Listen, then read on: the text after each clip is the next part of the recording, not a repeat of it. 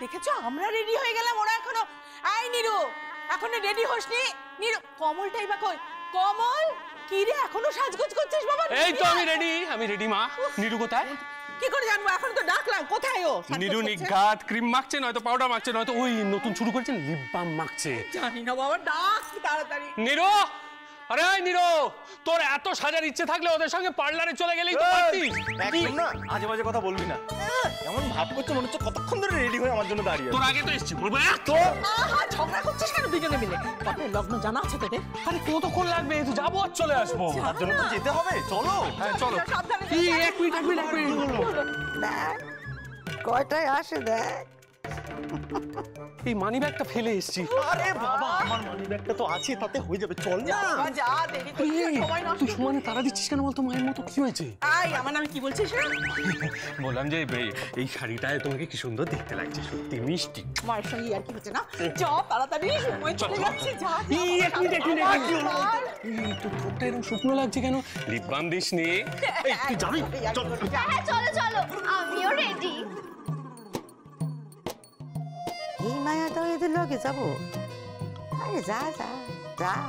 ব্যাস, যেখানে বাঘের ভয় সেখানেই সন্ধে হয়।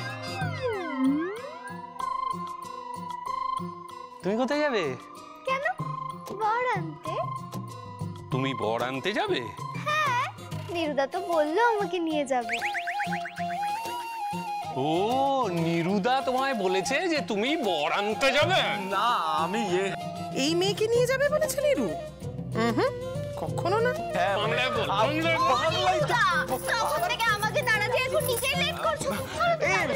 এই ললিতা, তোর তো এখন যাওয়া হবে না মা? কেন সাধনা পিসি, কেন যাওয়া হবে না? কত প্রশ্নের তো উত্তর দিতে পারবো না ললিতা, ভীষণ ব্যস্ত এখন। একবার যখন বলেছি যাবে না মানে যাবে না, কেমন?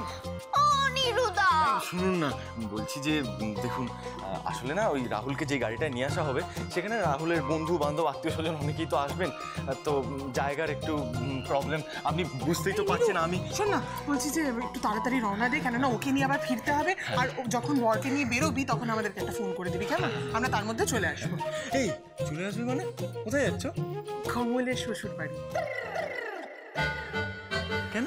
আরে বাড়িতে একটা বিয়ে আর বড় বৌমা নেই, কিরকম একটা মন খারাপ লাগছে না? ওকে একটু গিয়ে সবাই মিলে নিয়ে চলে আসি, কেমন? তোরা বেরোনোর আগে ফোন করিস। এই চল। এই মেজমা, বলছিলাম যে আমি তোমাদের সঙ্গে যাই না, নিয়ে আসতে সুবিধা হবে। বেশ তো, তুমি বরং ওদের সাথে যাও আর আমি নিরুদার সাথে যাই। এই বলছিলাম শোন না, বলছি অনেক তো দেরি হয়ে গেছে, তাড়াতাড়ি চলো। আমি তো মেজমাদের সঙ্গে বেরিয়ে যাবেন তো। দুঃখ। ও দিদি, শোনো না, অনেকক্ষণ ধরে রাজিকে ফোনে ট্রাই করছি, কিছুতেই ফোনে পাচ্ছি না। একবার একটু ফোন করে দেখো না। আর এই মেয়ে এত সাজছে, এরপরে বর ঢুকে যাবে, ও আসবে না। কেন এত চিন্তা করছিস কেন? ওমা, চুনি তো আছে। দেখবি না, চুনি ঠিক টাইম মতো রাজিকে নিয়ে ছাতনাতলায় পৌঁছে যাবে, দেখিস। বেশ, তাহলে আমরা বেরোই। ও অপ্সরা,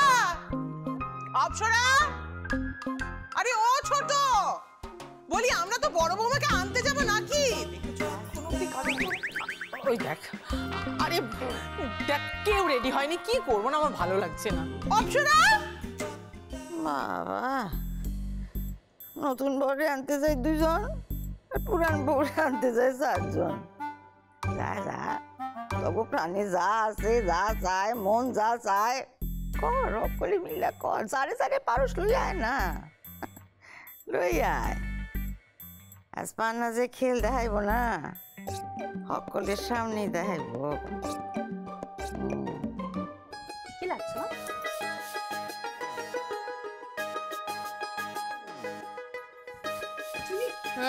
ঠিক লাগছে দেখো। আরে সবে তো শাড়ি পরলি, এখন বস না, দেখতে হবে তো। কি এই চুনি, বলো না একটু, দেখো ঠিক লাগছে কিনা বলো না। দেখো কেমন লাগছে। ঠিক আছে তো। কি হলো? হাই বাস,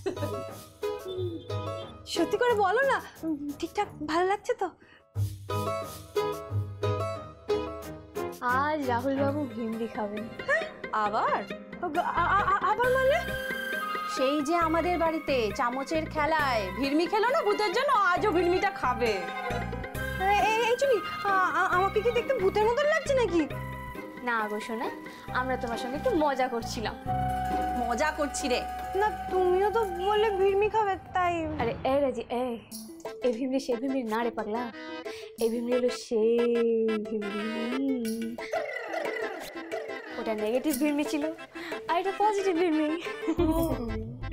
রাজি, এখন অত রাহুলের কথা না ভেবে চটপট তৈরি হয়ে নাও তো দেখি। দেখো এখনো চুল বাকি আছে, মেকআপ বাকি আছে। হ্যাঁ, আমি ততক্ষণে আমার বাকি হাতের কাজটা সেরে আসি। বারে, আমাদের অনারেবল গেস্টকে একটা মেসেজ করি, সে তো এখনো বাড়িতেই আছে। তুমি রেডি হও। আমাকে তুমি বরান্তে নিয়ে গেলে না তুমি ওটা? বেশ বেশ, আমি বিয়েও দেখতে যাব না। এখন ওই চুনিকে সাপোর্ট করে আমাকে অ্যাভয়েড করা হচ্ছে তো। ঠিক আছে ঠিক আছে, একবার শুধু বিয়েটা হোক, তারপরে স্যুপ আর স্যালাডে তোমাকে আমি এমন বশ করব না যে চুনি তোমাকে যতই নজরে নজরে রাখুক শীত আমি কাটবই।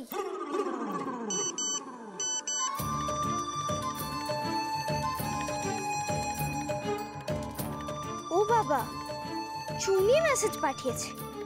কি লিখেছে দেখি তো।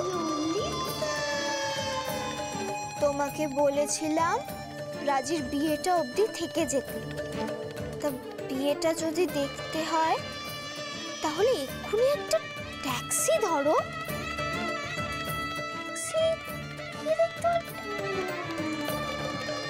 ট্যাক্সি ধরে আবার কোথায় যাব? বিয়েটা তো এই বাড়িতে হবে জানতাম।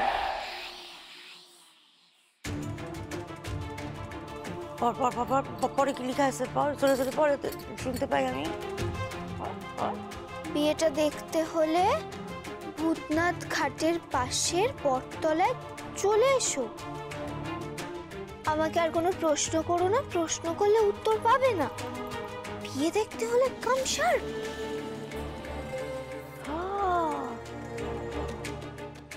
বুঝছি কেন সকলে মিলা বাড়ির বাইরে বাইরে গেল।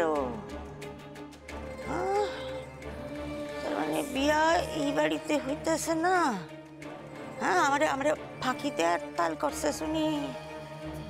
পারবো না। বিয়ে যখন অন্য জায়গায় হবে তার মানে তো ওখানে নিরুদাও থাকবে। না না, তাহলে বরং আমি যাই। চল আমি তোর লগে যাবো। আমিও যাবো, তোর লগে আমিও যাবো।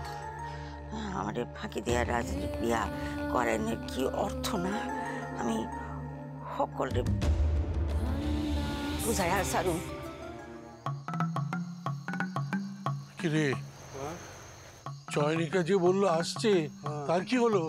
সেটাই তো বুঝতে পারছি না, বৌদিদেরও তো কোনো পাত্তা নেই। বলছি, পুরুষ বাড়িতে কোনো গন্ডগোল হলো না তো আবার? চুপ করবি, তখন থেকে উল্টো পাল্টা কথা বলে যাচ্ছে। না গো দাদা, আমার ভয় করছে, ভীষণ ভয় করছে। যতক্ষণ না ওই রাজির স্মৃতিতে সিঁদুর উঠছে ততক্ষণ না আমি নিশ্চিন্ত হতে পারছি না দাদা। তোমার মনে নেই আগের বার কি ঘটেছিল? তখন কি চয়নিকা ব্যবস্থা করেছিল বিয়ে?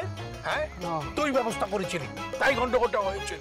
ও, এবার যখন চয়নিকা বলেছে তখন ওর উপর আমার ভরসা আছে, বিয়ে দিয়েই ছাড়বে। গাড়ির আওয়াজ কোথায় এসে গেছে? কই? এই যে রকিয়ে বাস নামো। বৌদিরা এসে গেছে। এখানে বিয়ে হবে নাকি? কি মজা! আমি এমন মেয়েবাড়ি জন্মে দেখিনি। বলি বিয়েটা কোথায় হবে? সেটা আমরা কেউ জানি না বৌদি। যে জানে সে কোথায়? বলছি ওই চুনি তো রাজিকে নিয়ে এখনো এলো না। দাদা, এটা কেমন জায়গা ঠিক করেছে চুনি রাজির বিয়ের জন্য? হ্যাঁ, এটা কি? ও দিদি গো, আমার মনটা না কেমন কেমন লাগছে। হ্যাঁ গো বর্দি, কেমন মনে হচ্ছে ওই টকের জ্বালায় পালিয়ে এসে তেঁতুল তলায় বাস। বাড়ির ভূতটা রাত থেকে বাঁচতে এই বট গাছ তলায় এনে দাঁড় করিয়ে দিয়েছে, যেখানে ভূত থাকার সম্ভাবনা সবচেয়ে বেশি। ও মা গো।